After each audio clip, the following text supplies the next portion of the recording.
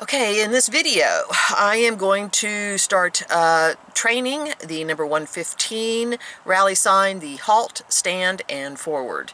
So my dog needs to know how to do a stand. They need to know how to do a halt in heeling, and then they need to be able to push off of that stand when I say heel and go forward. Remember, all of these commands should be done very promptly with my dog. If my dog does not do it on the first command or does it or responds slowly, I'll take that skill out and I'll improve that skill before continuing my sequencing.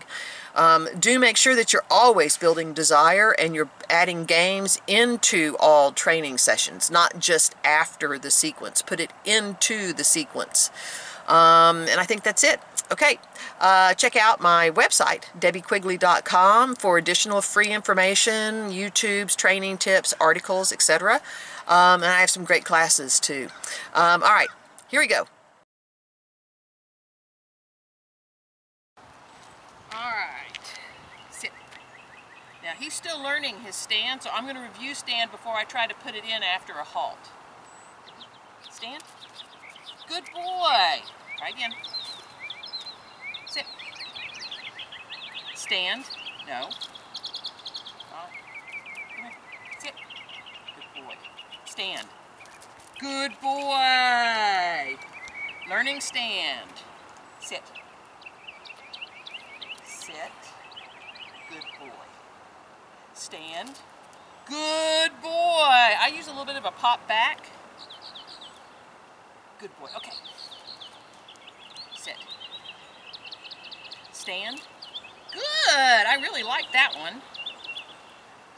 And I'm giving him a couple of treats with my signal hand. Okay. Good boy. Stop and play a little bit. Out. Ready? Close. Good boy. Stand. Good boy. Good job. Okay. Oh, did you get it? Good job, buddy. Get.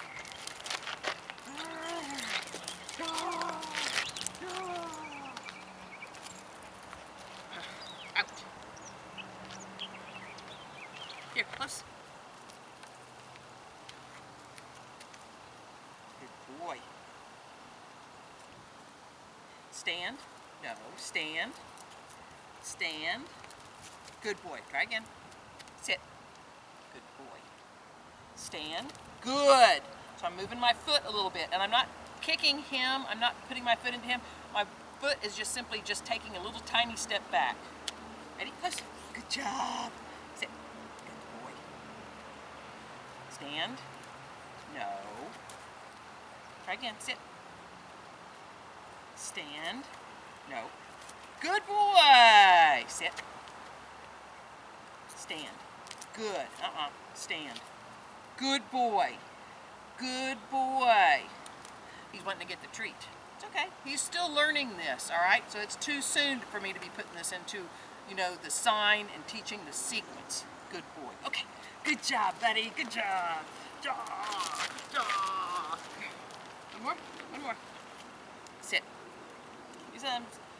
Good boy. Stand. Excellent. Good job. Good job. Okay, so that time I didn't have to use my foot. I just used a little bit of a pop back on the leash, and I will be able to get rid of that, but he has to learn the sign first. All right, let me go get card. Play. Oh, get that toy. Come here. Good boy. Go get your brother. Close. Good boy. Stand.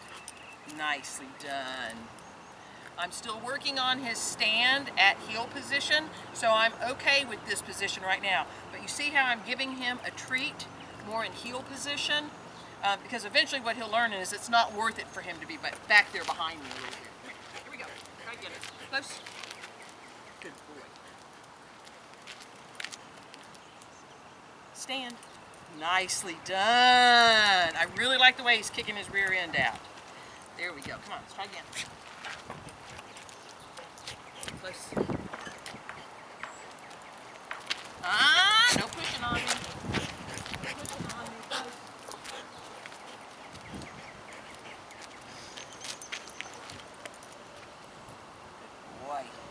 Good sit.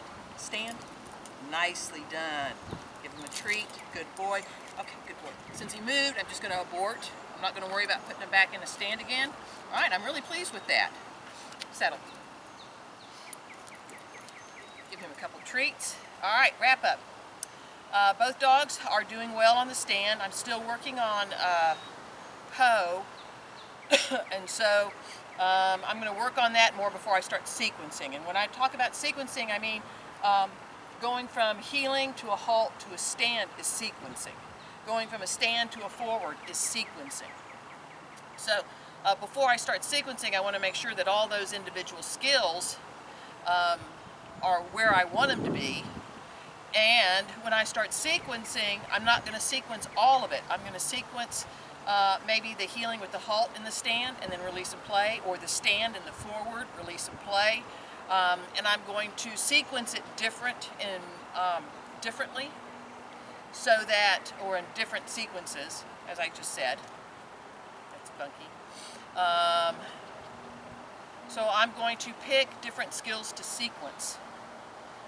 For instance, the forward, heeling, halt, stand, that's a sequence.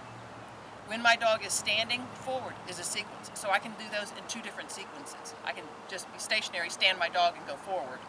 Or I can do my heeling, my halt, and then my stand. Remember, I don't need a sign in order to train this. Basically, I do this so that everybody in my pictures and the videos sees that I have a sign there and sees what sign it is. And that's just makes it easier.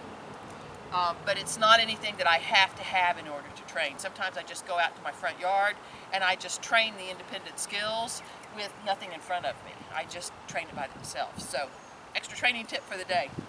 All right, so I will keep working on this. Please make sure you like and subscribe all the videos and share with your friends. Please leave comments. I love to hear from people, either on the YouTube channel or my website.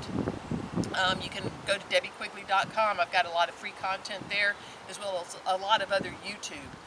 You can actually look under the articles and such, and all my YouTubes are listed on there too, so it's easy access. All right, y'all have a wonderful day, and training tip coming up. We'll see you soon. Training tip for the day. At least once a week, videotape your training sessions. It's really important. It gives you an opportunity to see what you're doing and how you're responding to your dog. It also gives you the opportunity to see what your dog is doing. And all of that is important. All right, so when I go home after training and doing a video of that training session, I look at a few things, and I actually sometimes even slow down the videotape. I look at how my dog is responding to cues. I'm looking at how I'm responding to my dog. And then I'm looking at the overall picture. So how my dog is responding to me, is he responding on the first cue? Is he responding fast? Is he responding promptly?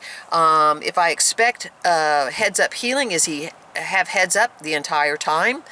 Remember, dropping a head on a turn is not in my criteria.